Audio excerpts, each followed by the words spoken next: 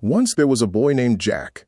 He was 19, living in a small room, sharing the same street with people his age who all seemed to be moving ahead. One friend got a new job.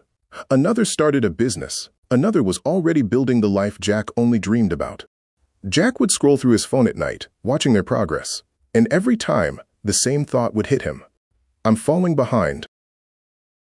Jack had dreams too. He wanted to learn new skills, start something of his own, build a better version of himself. But every morning, he woke up late. He told himself, I'll start once I catch up on sleep. Every plan he made, he pushed to next week. I still have time to catch up, he whispered to himself. But deep down, a quiet fear was growing. What if he never caught up? What if everyone kept moving, and he stayed exactly where he was? Weeks passed. Jack watched his friends grow. New opportunities, new confidence, new results. Jack stayed the same, not because he wasn't capable, but because he kept waiting for the right time to begin. He compared his empty days to their busy, growing ones, and the gap in his mind kept getting bigger and bigger, until one day it felt too big to even try closing.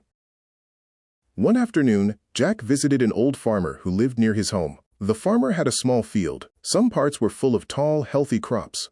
Other parts were empty, just dry soil. Jack asked, "Why is half your field empty?" The old farmer looked at the empty soil for a moment. Then he said, "Because I kept comparing this field to my neighbor's field. His grew faster, so I told myself, mine is already behind, why bother planting now?"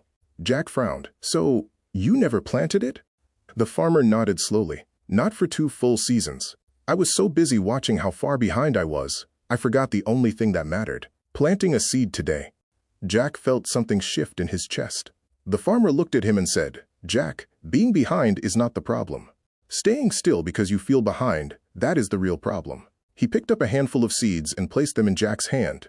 "You don't need to catch up to anyone. You only need to plant something today." Jack felt something shift in his chest.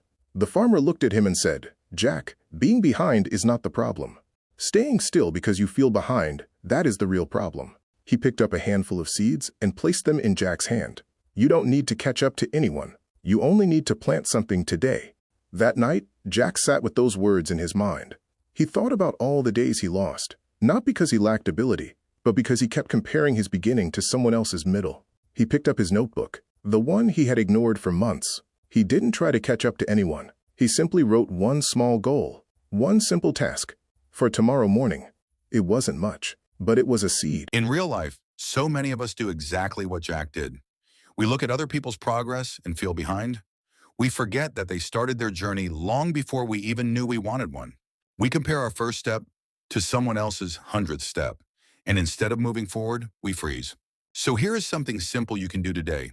Stop measuring your life by someone else's timeline. Pick one small thing, just one, and do it today, not perfectly, just honestly.